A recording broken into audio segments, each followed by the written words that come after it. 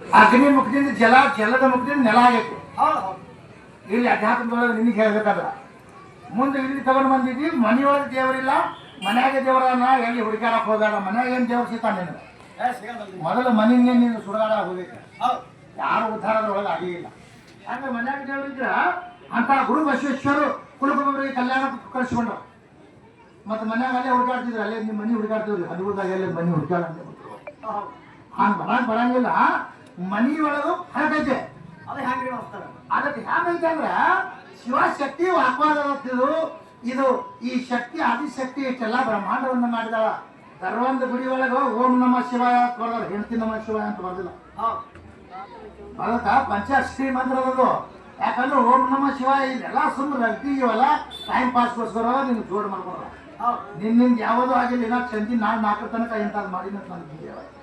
ಯಾಕಂದ್ರೆ ಏನ್ ತಿಳಿದುಕೊಂಡಾರ ಅವರು, ಇದು ಆ ಯಾವ್ಯಾವ ಧರ್ಮದೊಳಗೆ ರೋಗ ಕೊಯ್ದಾಗಲಿ ಏನು ಕೊಯ್ದಾಗಲಿ ಎಲ್ಲಾನು ತಮ್ಮ ತಮ್ಮ ಧರ್ಮದ ಪ್ರಕಾರ ಅವ್ರು ಮಾಡ್ಕೊತ ಬಂದಾರ.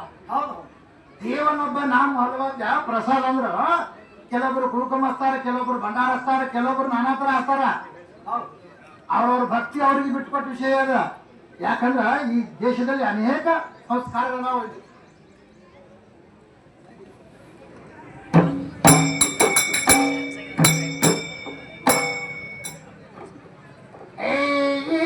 ವಿಷಯ ಮುಗಿದ ಕೂಡಲೇ ದೈವಗಳಲ್ಲಿ ದೈವಕ್ಕೆ ಅಲ್ಲ ಯಮ ಶಿಕ್ಷೆ ಪಡತಾನಂತ ದುಡಿಯಲಾರದವಾಗ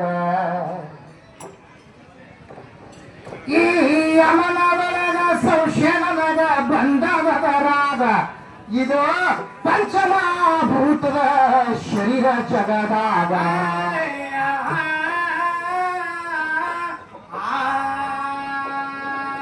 ಭೂಮಿ ತತ್ವ ಭೂಮಿಗೆ ಹೋಯಿತು, ಗಾಳಿ ತತ್ವ ಗಾಳಿಗೆ ಹೋಯಿತು, ಅಗ್ನಿ ತತ್ವ ಅಡಕಾಯ್ತ ಗವಿ ತತ್ವದ ಒಳಗ